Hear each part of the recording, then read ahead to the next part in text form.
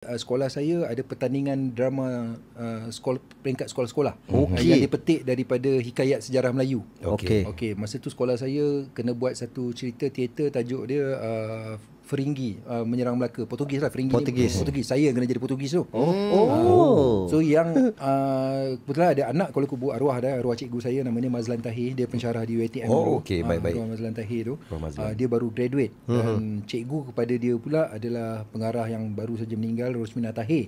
Legend juga, legend dalam teater. Masa tu dia nak ambil graduate master. Kemudian dia kata cikgu saya ni pula yang handle part sastra ni, dia kata okey nak bawa, saya panggil Abang Lan kan, Abang Lan ni okey ajar kita orang teater. Saya belajar lah teater, buat ha hi ha ho semua benda yang saya tak pernah buat. Benda ni macam orang gila ni introvert ni tiba-tiba kena jalan tak pakai slipper dekat jalan tol, rasakan kepanasan.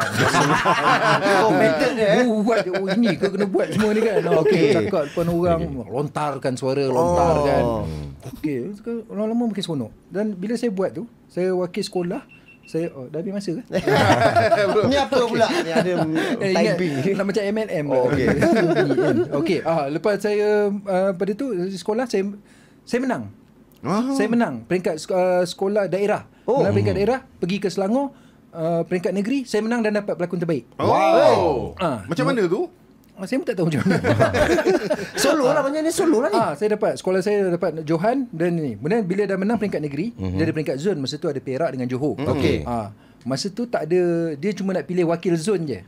Kita orang di zon tengah. Jadi wakil zon tengah Selangor menang. Selangor menang dan tak ada kategori pelakon terbaik pun. Tapi saya ingat salah seorang juri dia adalah Abang Sabri Yunus. Dia wujudkan